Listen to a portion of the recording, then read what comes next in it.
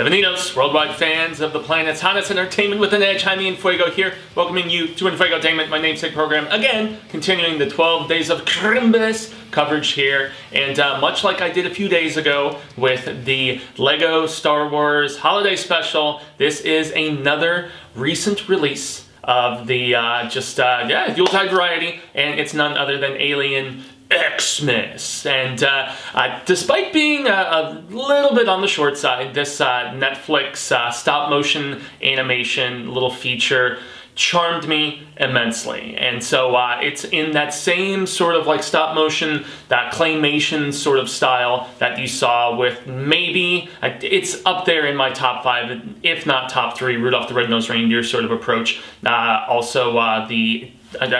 Anyway, without getting too far into that, there is a little bit of like computer CGI that they use with some of the space segments, and I would imagine to add some additional like shimmer and gloss and stuff like that. This was, despite the stop motion, the editing process was obviously done with computers and whatnot. But nonetheless, this really, it made me smile, man. It's on Netflix, it's like a little over 40 minutes, and it's an interesting like kind of sci-fi twist in a lot of ways, at least for my money, on the Grinch Who Stole Christmas in a lot of ways. So you've got this alien race called the Klepts. Yeah, kleptos, thievery, and they basically, as Santa is telling all of these elves in Christmas Town, this is an alien race that started out very colorful, and yet after they pillaged all of the resources and like beautiful things from their home planet, they started to turn gray and become your typical, I guess at least as far as coloration goes,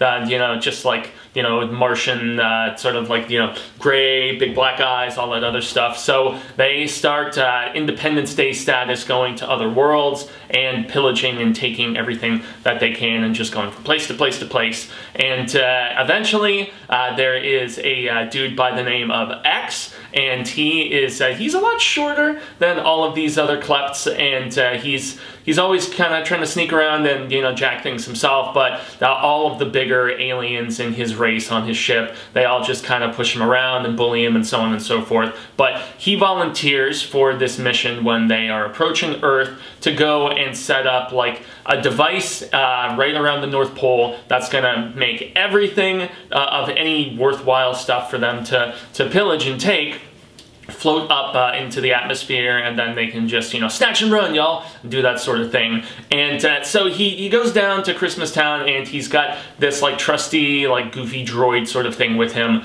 But in turn, after he takes a few things, this father by the name of Ollie, this elf who is working on this new like super Santa sleigh sort of situation, like almost like borderline little rocket of sorts for Santa to be able to go all across the globe with the quickness and deliver, presents in a much more efficient manner to all the kids across the globe.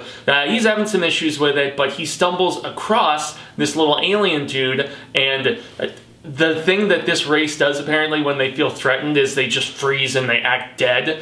And so he thinks it's a toy, gives it to his daughter, and that is where just the so sweet you can feel your teeth getting cavities situation commences. And while this is most definitely intended for kids, I really enjoyed it. As I said, it warmed my heart. My heart grew like 3 sizes Grinch status while I was watching this.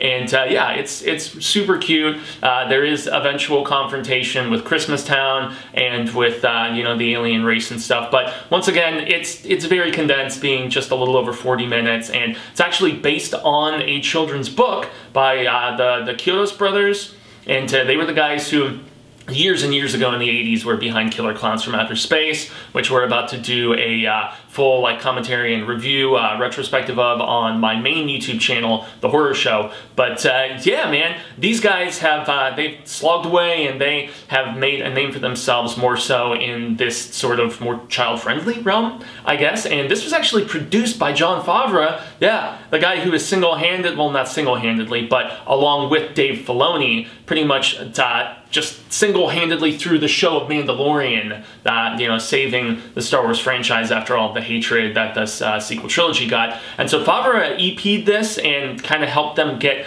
the funding in a lot of ways to get it made, because many years back for Elf, the Chiodos brothers, they did a stop motion animation sequence in that Elf film with Will Ferrell, and yeah, he's like, okay, this has some merit. You've got a cute little story here, you know, with you know, your book, and so let's adapt it into something. Got them set up with Netflix, and lo and behold, we have, I don't know if I would call it like a new holiday classic by any means, but the animation is beautiful. The film has a great message about how it's better to give than to take. It's very simple, but obviously transcendent, especially during the holiday season, but a message that resounds year-round. And so yeah, I'm actually, dare I say, upon further contemplation, I'm going to give this 4 out of 5. It's probably more so like 3.5 based on just the shortness of length, but I mean, I think the original animated Grinch Who Stole Christmas was less than an hour. Same with if you're watching, I mean, man, if you're watching like the Charlie Brown special or a lot of these others, even I think, you know, like Rudolph and Frosty and stuff like that, those are all like less than an hour significantly, if not closer to the 30-minute range. And so length is really the only thing that would make this more 3.5 for me, but it's not really like scary or perilous or anything. Very young children would watch this and be enthralled and, you know, really dig the heck out of it and have a lot of fun. And yet it's not that sort of insufferable, oh my goodness, the parents will be bored out of their minds and feel like they're getting dumber watching it. There is a sweet sophistication to this as well, and I mean, if you have any sort of love of sci-fi, just that unique twist on the Grinch story that we get here, and how love basically brings color into people's lives, or alien lives in this particular case. It's great, man. I really dug it. So, I've been Jaime En Fuego. You can find them all on all social media sectors like Twitter, Instagram, Facebook, here on YouTube. I've done a number of these 12 Days of Crimbus reviews thus far, including Fat Man, the aforementioned Lego Star Wars Holiday Special.